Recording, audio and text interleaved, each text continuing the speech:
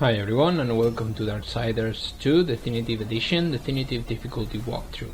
This is the last soul of part 19, sorry, and I've done some extreme editing of this part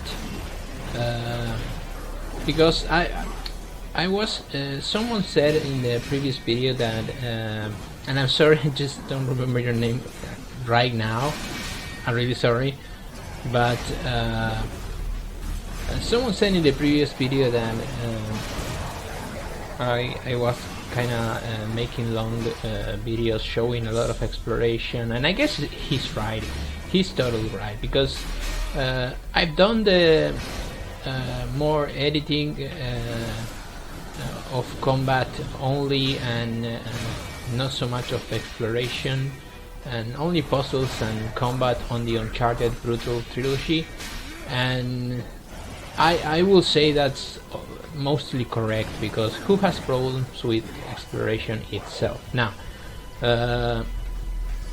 some puzzles like this one right here have a lot of exploration in them, but I'm going to be editing them anyway.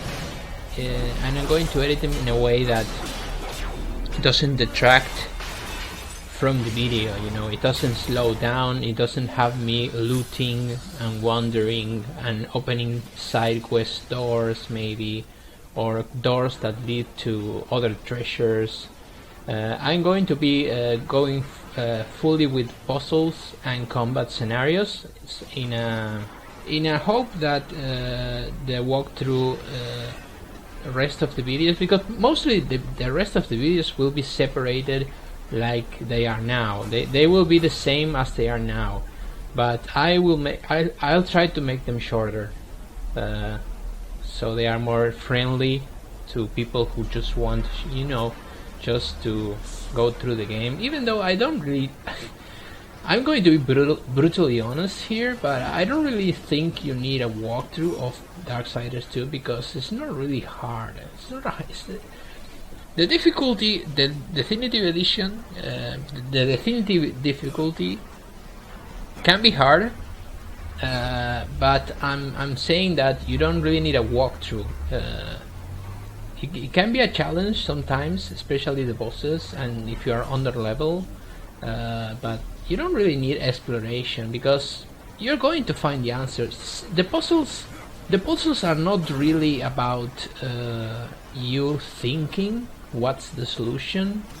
It's more about you exploring the scenario that you're in, the place that you are in, and discovering where you need to go. So the puzzles are not really like the witness puzzles, you know, where you have to think logically. Hopefully, I have not played the witness, but I imagine it's logic puzzles, because that's the best ones that there are. Now we're gonna fight a boss fight, and after this boss fight we're going to be given a request to go to the Psychomeron.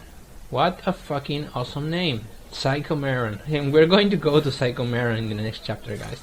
Also, there is a side quest that you can do before the Psychomeron. That is basically one of the bosses, the side quest bosses that we needed to kill. That is called Garn, G-H-A-R-N,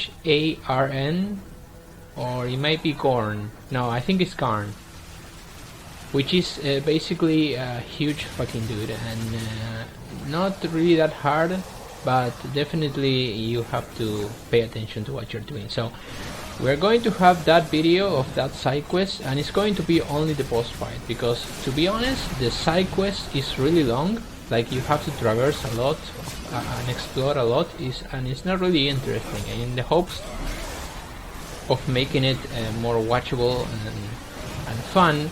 And since the boss fight is the only really hard part in that side quest, I'm going just to show you the boss fight and the way that I took to kill him. So now we have a boss fight that is hanging above our heads. See the hanging skeleton? You have to actually do this.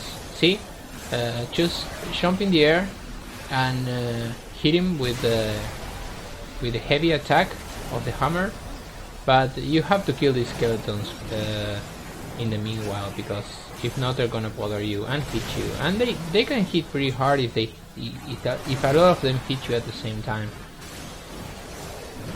But this is not a difficult boss. It's kinda sad, really. See, my health just went all the way down almost. So yeah, just wanted to say that yes, I agree that the videos can get a little longish, and there are a lot of stuff that I could have edited, and in the hopes of not, as I said, not making the walkthrough shorter, because it might get shorter by consequence, but not by a long shot, because the game is long. But nevertheless, there will be less of exploration, because you already saw it. You already saw how the exploration works. You already saw how the dialogue works and all the stuff. I already showed you, so there is no reason for me to continue to put that in the walkthrough. So I'm just going to stick with my old way of editing, as pointed out by one of my subscribers. I appreciate the critics when it comes in that way, when it's a constructive criticism about something. I totally adopt it if you know, if you're right, of course. And yeah, I totally agree. So I definitely I wish that all criticisms will come in that form. So yeah, this is the second phase of the boss fight. This is a giant I don't know what this is. This I was going to say skeleton, but it doesn't look like a skeleton. This is fucking giant monster. So here's the end of the quest, when this guy, I don't remember the name, maybe it's on screen right now, is going to tell us to go to the Psychomeron. And yeah, that's exactly where we go in the next chapter, guys. Though, as I said, I'm going to put the boss fight of the side quest. It might come first, and then the chapter with the Psychomeron. That I'm going to try to make the Psychomeron only one chapter, even if it's 15 to 20 minutes long, because normally Psychomeron has a lot of parts, but I'm going to do, as I said, I'm going to do extreme editing from now on. So extreme editing, not really, the name's not really taken from Big Benedict. I just wanted to say that I'm going to trim out a lot of the content of this video. So thank you for watching, and as always, take care.